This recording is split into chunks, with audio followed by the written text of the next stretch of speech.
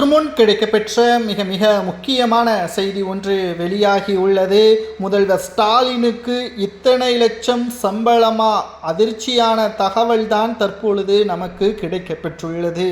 முதல்வராக இருக்கக்கூடிய ஸ்டாலின் அவர்கள் மாதம் மாதம் எத்தனை லட்சம் சம்பளம் வாங்குகிறார் தெரியுமா?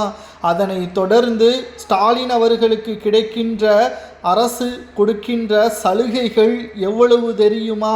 அதாவது மாதம் 2.5 லட்சம் ரூபாய் சம்பளமாகவும் பென்ஷனாக 35,000 ரூபாய் வாங்குவதாகவும், இதற்கு முன் சட்டமன்ற உறுப்பினராக இருந்த பொழுது 1.25 லட்சம் ரூபாய் வாங்கியுள்ளதாகவும் தற்பொழுது தகவல்கள் கிடைக்கப்பெற்றுள்ளது. இது மட்டுமல்ல, அரசு சொந்தமாக இவருக்கு பங்களா ஒன்றையும் கொடுத்துள்ளது. அந்த பங்களாவில் இவர் வசிக்கலாம் அல்லது இவர் தனிப்பட்ட வீட்டிலேயே இவர் வசிக்கலாம். அதுவும் 5 வருடங்கள் மட்டும்தான். ஆனால் இவர் வசிக்கக்கூடிய அந்த அரசு பங்களாவை நிர்வகிப்பதற்கும் அதில் ஏற்படக்கூடிய பழுது பார்ப்பதற்கும் மட்டும் சுமார் 75,000 ரூபாய் மாதம் மாதம் வழங்கப்படுவதாகவும் தகவல்கள் கிடைக்கப்பெற்றுள்ளது. மேலும் அவர் பயன்படுத்தக்கூடிய வாகனங்கள், பாதுகாப்பு பணியில் ஈடுபடக்கூடிய காவலாளர்கள் கிட்டத்தட்ட மாதம் மாதம் 7 லட்சம் வரை செலவு செய்யப்படுவதாகவும் தெரிவிக்கப்பட்டுள்ளது.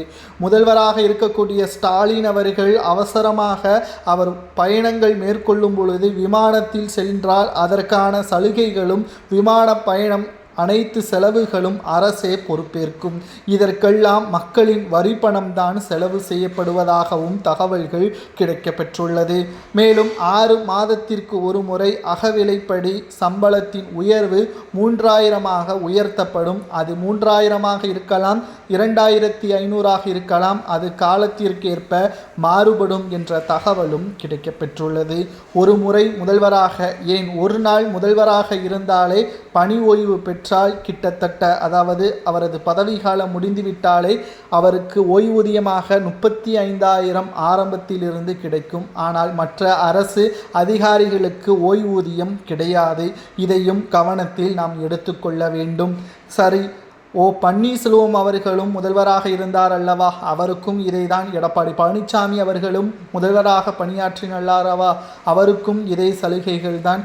முதல்வர் ஸ்டாலின் அவர்களுக்கும் இதே சலுகைகள் தான். ஆனால் கூடுதலாக பல சலுகைகள் ஸ்டாலினுக்கு வழங்கப்பட்டுள்ளது.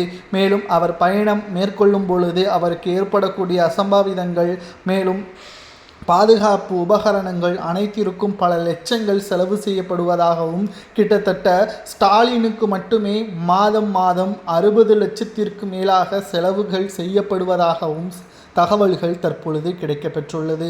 இவைகள் அனைத்தும் அரசு மக்களின் வரிப்பணம்.